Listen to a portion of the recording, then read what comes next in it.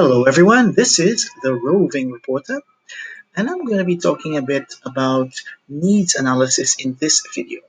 Needs analysis, if you are into language teaching or teaching, English specifically, and you may have read books related to how to teach and how to become a good teacher, especially if you work in private, what we call private students or one-to-one students. You may have heard the term needs analysis, diagnosing what students can do, what they already know, before you get started with the class. You get started with the content. This is particularly important for, as I said, private or what we call one-to-one students if you're doing tutoring, because then you can customize, you can cater to the student's needs. Okay, but this can also be done with groups. It's also important to really understand what your students need, especially now as we are moving into much more student-centered learning. We talk a lot more about student-centered learning. We want to activate students' learning, get them involved. So we need to know what, as we say sometimes in English, what makes them tick, what really motivates them, and how they feel about learning the language. So this is based on Jack C. Richards' principle, which is with the same name. He talks about it, WIN.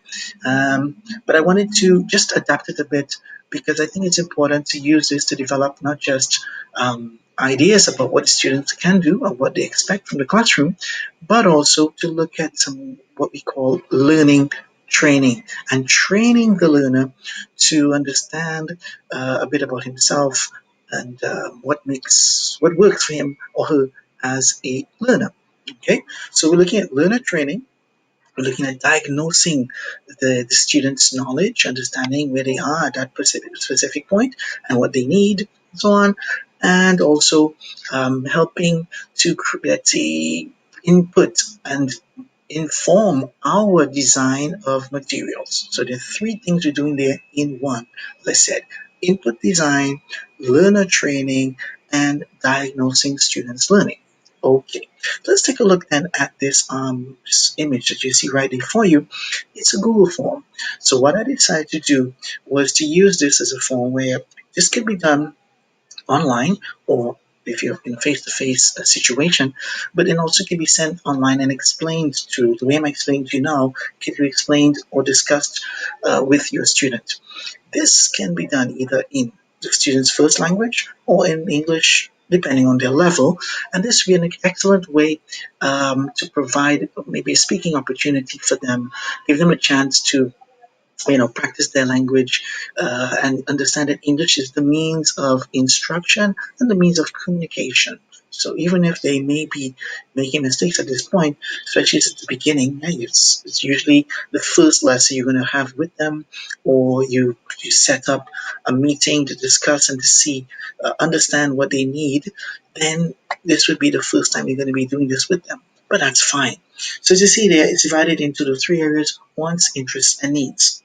And I think it's important to stress this part here, which says understanding where you intend to go and what you have to get there is paramount. Yeah, in language learning, and also the difference between want, interest, and needs. We talk about those three things, there are lots of diagnostic material online or in books where you can ask students questions about their previous learning experiences, if it was successful or not, what they liked about it, how they feel about learning, how they feel about being corrected, especially if they're learning another language, and what are their interests, what they like to do in the classroom, their favorite types of maybe songs, activities they love playing with, or books they like to read, and so on, so that you can maybe integrate those things and make them feel good so that they can learn more, right? You can motivate them.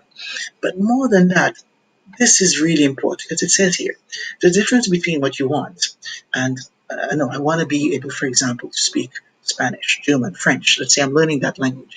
I want to be able to, be fluent in maybe 6 months, 9 months. That's what I want. All right. And what I'm interested in here, I'm not talking necessarily about language in itself, but maybe I'm interested in understanding specific maybe cartoons in German that I'm studying right now, or I'm interested in watching TV shows or news programs, and I'm not able to follow them because my German is not good enough. So I'm interested in these kinds of programs, saying German. Right? There's one, since I'm talking about German, that I find really interesting. Right? I just love the way they present and the topics they cover there, especially in terms of cultural knowledge, which is the Deutsche Welle channel. They have lots of documentaries. So this is one of my interests. If you think of German and German culture, fine. And then what do I need? So here now, it's much more of the linguistic aspect of it. What do I need to achieve my goal, my want, maybe? How much do I need to study? In terms of my knowledge, do I need to work on specific areas, maybe more vocabulary? I need to review grammar structures, or I need to start from scratch. So there are differences there. So that's why I put them there. And also, I highlighted or maybe made use of what we call the specific, measurable, attainable, relevant, and oops, here you go, time-based goals. But this is based on the acronym SMART, right? If you're setting goals, you need to think of your goal as being something specific. So I want to be able to write an email in German, right? Measurable. Yeah. So how long will it take me to do that? Mhm. What is my interest? As I said, I'm interested in you know watching documentaries from the Deutsche Welle channel. So maybe I want to write an email to somebody from the Deutsche Welle or get in touch with the people who produce these programs and ask them for more information, something like that. But it's measurable. How much time I need to do that? Is it attainable? Is it something that I can actually achieve? Yeah. Is it really, really possible? Yes. Relevant. Yeah, it's relevant because, as I said, if it's something that I'm interested in, yeah, then it's connected to my what I'm really really it's learning to or I would like to explore. So it's an interest, yeah, and it's relevant. At least relevant for me as a learner. And then time based. So how much time do I need? I put there 9 months. So I have to again go back to the idea of being measurable and time based and see, well, fits how would I know that I'm actually learning? So I have to start with building a paragraph, another paragraph, learning how to use the let's say the understanding the structure of an email and using that, the greetings, keywords, using discourse markers, my closing of an email. So that kind of structure, I need to learn that, and then I can know that I'm okay. If I can structure my text, then that's my measurable aspect of it, and if I can do that in the time that I have set for that. So you have the smart. So that's why I do it like this. And then what you think you see here is that, of course, I'm using this for Brazilian learners, but you can adapt this to, your students if they're from other nationalities.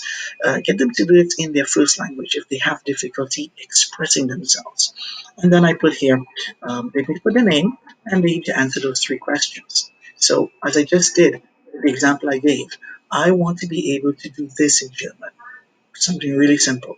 So notice I'm being very specific because this can be done every time we want to set new goals. And sometimes when we do needs analysis, we ask students the big picture first, and he gives it all at one go. He or she gives it, just big thing. Oh, I want to do this. I want to be fluent. I want to, get to maybe an intermediate or advanced level in 3 or 4 years or 2 years. I don't know how much time they have. I want to maybe perform a test and maybe get certification, international certification in 1 year, okay. But maybe even before that, we can think of smaller goals that we can establish there. So using this format of the win also helps you to work with smaller specific goals, right? And then you would say, I'm interested in learning about, because as I said, I might be interested in something, but it's not necessarily what I do regularly. It's not related to my work, but I might have interest in cooking, for example.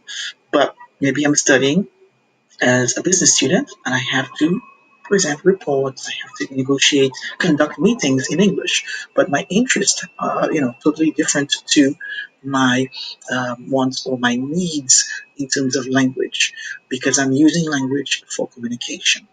And lastly, as I said, I need to learn. So there, as the example with the business student I just mentioned, they might put there, I need to learn how to present in English, but I'm interested in learning about, you know, or learning about uh, maybe big successful businessmen, about their biographies, learning about, again, music, art, culture, and so on.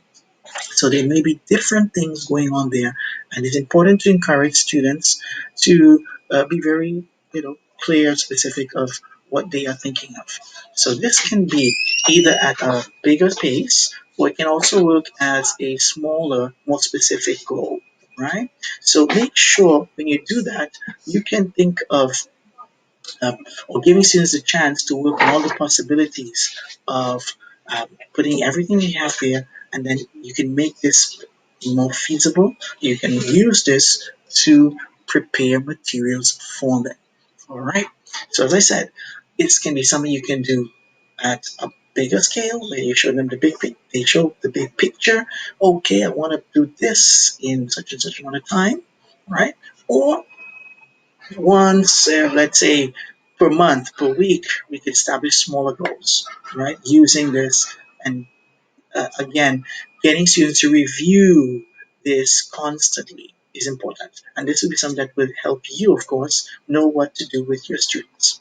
So I hope this helped. Use the win analysis if you can. Make sure you're getting students to fulfill their goals, and of course develop that autonomy that our students need even more so now than before. That's it. Thank you very much. This is the Roving Reporter. I hope you enjoyed it. Do take care. Bye bye.